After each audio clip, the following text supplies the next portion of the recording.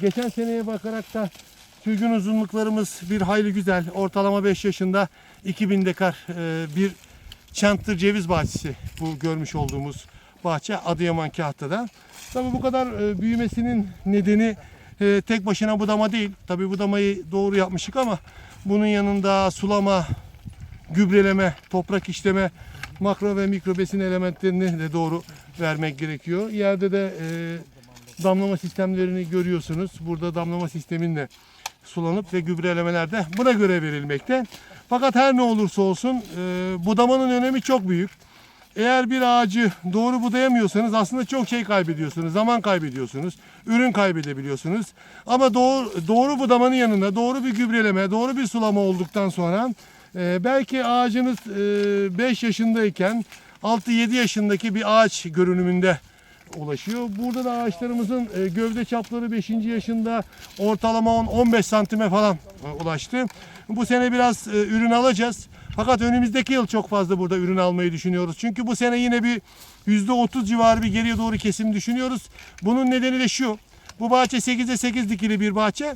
Aslında biz çok fazla 8'e 8 yapmıyoruz ama bu bahçe daha önce 8'e 8 kurulduğundan dolayı yapacak da bir şey yok. Bunun için bahçeyi biraz daha geliştirmek için buduyoruz. %30, %40 ağaca göre büyük ağaçlarda biraz daha az kesim yapıyoruz. Ufak olanlarda biraz daha fazla yaparak büyümeyi devam ettireceğiz. Ama her ne kadar büyümeyi de devam ettirsek ağaçların üzerinde gene bayağı bir meyve kalıyor. Bunların yan dal verimi yüksek olduğundan dolayı. Aşağıda bir bahçemiz daha var. O 8'e 4. 8'e 4 olanı farklı buluyoruz. Sıra üzeri 4 olan kısmı artık içerlemiyoruz. Sıra arası 8 olan kısmı kesiyoruz. Demek ki budama nasıl yapılırmış? Budama cevizin çeşidine göre, dikim sıklığına göre, toprağın zayıf ve bizim kültürel işlemlerimize göre yapmamız gerekir. Dün de söylemiş olduğum gibi budama aslında bir ağaca enerji vermektir. Doğru sulama ve gübrelemeyi eğer yapamıyorsak ağacı biraz daha sert kesebiliriz. Ama eğer biz özellikle sulamayı ve gübrelemede çok fazla hata yapmıyorsak minimum bir kesimde yapılabilir. Yani biz bahçemize veremediğimiz suyu, gübreyi, oradaki eksikliğimizi budamayla da kapatmış oluyoruz. Tabii sık dikim olduğundan bu bahçe için geçerli değil. 7'ye 4, 7'ye 5 gibi dikimlerde budama çok daha farklı oluyor. Yani o zaman çok az bir budama yapıyorsun. 4. yaşından sonra özellikle 5 yaşına geldiğinde sıra üzeri 4 olan kısma ellemiyoruz. Sıra arasına bizim kültürel işlemlerimizi yapabileceğimiz bir mesafe kalana kadar devam ediyoruz. Burada tabii sonbaharda şu anda fosfor, potasyum taban gübresini atıyoruz işte ikinci ay bu ayın içinde atıyoruz. Onun için ondan sonra uyanacağı zaman işte yeni sürgün olduğu zaman amonyum sülfat gübrelemesi yapıyoruz buraya. Burada bizim pH'mız 8. 8'den de biraz fazla, çok kireç var maalesef. Organik madde miktarımız 1 civarlarında, çok düşük. Buraya sülfat formu azot kullanıyoruz. Ortalama 15 günde bir falan azot veriyoruz. 6-7'ye bazen 8'e bölebiliyoruz burada azotu. Bunun yanında da fosfor, özellikle potasyumu da meyveye de yattığı için 7. aydan sonra sert büyüme durduktan sonra içini doldurmak için 15 günde bir de potasyum yüklemesi de yapıyoruz. Tabii makro ve mikro bitki besin elementlerini tamamını veriyoruz. Yaprak gübresi ve topraktan veriyoruz. Biz bunları şöyle yapıyoruz. Burada biz toprak analizlerini yaptırdık. Toprak analizini 2-3 senede bir yapıyoruz. Fakat yıllık 3 seferde yaprak analizi yapıyoruz.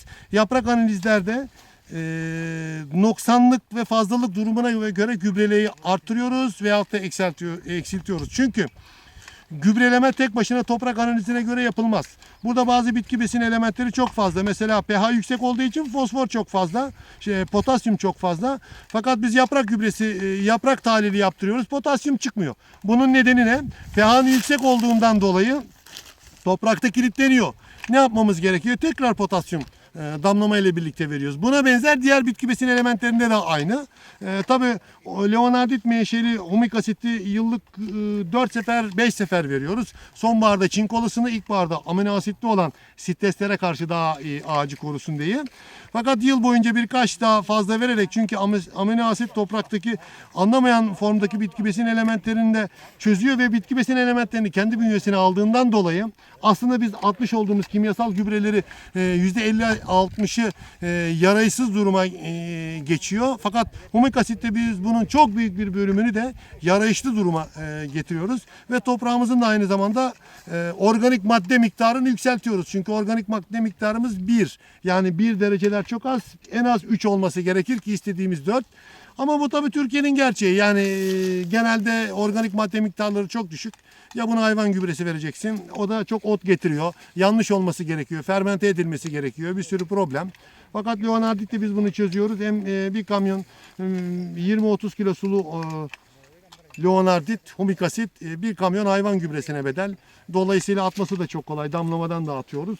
Yani gübrelemenin yanında burada kısacası diğer sulamanın, toprak işlemenin ve gübreleme, sulama, toprak işleme, budama, bunların hepsi yan yana olduğunda böyle görmüş olduğumuz gibi çok iyi bir sonuç alıyoruz. Önümüzdeki yıl Allah nasip ederse buradan biz ağaç başına 10-15 kilo bekliyoruz. Çünkü gövde çapları 13-15 santime oluştu. Hatta bazı sürgünler 2,5-3 metre. Yani burası 2000 dekar bir arazi. Ama sağ olsun ZNT Tarım gerçekten çok iyi bakıyor. Bizim yapmış olduğumuz programlarında harfiyen de uyuyorlar. Tabii ben buradan kendilerine de çok teşekkür ediyorum. Çünkü Türkiye'de tek parça en büyük bahçelerden birisi. Bunun bakımı da tabii bir hayli zor. Biz yap diyoruz ama bazı programları çıkarıyoruz ama bunun bayağı bir işçilik maliyeti var, ekonomik maliyeti var. Bir sürü de problemler var. Bunların tamamının üstesinden geçiyorlar. Geliyorlar. Kendilerine de teşekkür ediyorum. İnşallah burayı Allah'ın izniyle Cenab-ı Hak ölmez sağ olursak 1-2 yıl içinde 500 kilo dekar başına dünya standardı olan 500 kiloya çıkarmak. Onun dışında da hedefimiz 500'de değil 600-700'e çıkarıp bu tip bahçelerin çoğalmasını biz hedefliyoruz. Tabii biz Amerika'da, Şili'de, Avrupa'da geziyoruz, her yerde görüyoruz. Böyle büyük bahçeler çok orada. Biz istiyoruz ki Türkiye'mizde de çok bollansın. İşte görmüş olduğumuz gibi Türkiye'de de bu işler olduğunu en azından yatırımcı çiftçilerimiz ve iş adamlarımız görüyor. Türkiye'ye de önemli, güzel bir örnek teşkil ediyorlar. Bu bahçelerde verim çoğaldıkça, başarı çoğaldıkça inanıyorum burada Güneydoğu Anadolu'nun kaderini değiştirecek de bir bahçe burası. Sadece Türkiye'nin değil, yani Batı'nın değil, Doğu'nun da kaderini değiştirecek bir bahçe burası. Çünkü çok büyük miktarlarda bahçeler var, boş araziler var burada, su var, her şey var. Fakat bu tip bahçeler, ceviz bahçeleri yok. Bir de burada biraz bademe de yöneliş var ama cevizin burada önü çok açık. Fakat insanlar tabii buradaki sonuçlara da bakıyor. İnşallah bunu başararak hem ülkemize bir hizmet etmiş olacağız. Hem ZNT Tarım'a sonuç itibariyle yurt dışında değil Türkiye'de de böyle bahçeler görmek bizim de çok hoşumuza gidiyor. Ben Adıyaman Kahta'dan tüm çiftçilerimize sevgiler, saygılar. Hoşça kalın.